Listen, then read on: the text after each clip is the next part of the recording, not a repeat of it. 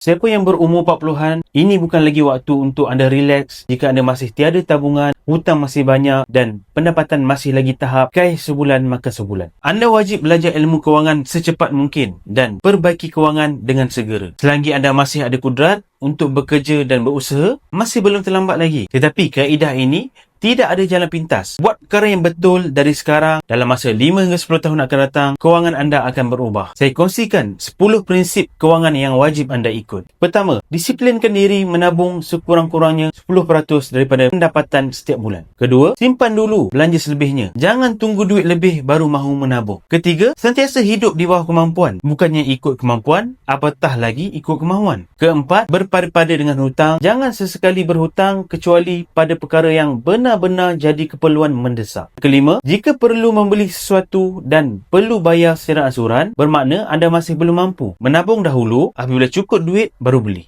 Yang keenam, jangan sesekali melabur kecuali guna duit lebihan daripada tabungan 6 hingga 12 bulan pendapatan. Selagi belum cukup tabungan, fokus tambah tabungan terlebih dahulu. 7. Pelaburan terbaik ialah ilmu. Baca buku dan hadir seminar kewangan. Jangan berhenti menambah ilmu tentang kewangan dan kekayaan. Yang ke-8, join circle yang betul. Circle yang sentiasa obses tambah tabungan, bina kekayaan dan lupuskan hutang. Circle ini yang akan menentukan masa depan anda. Yang ke-9, sentiasa tingkatkan pendapatan dan pelbagaikan sumber pendapatan untuk tambah tabungan. Jangan bergantung hanya pada satu pendapatan sahaja. Yang terakhir, setiap kali pendapatan bertambah, tambahlah tabungan. Jangan sesekali gunakan kenaikan pendapatan untuk tambah komitmen hutang. Semoga perkongsian saya memberi manfaat dan boleh follow saya untuk lebih banyak ilmu emas dan kewangan.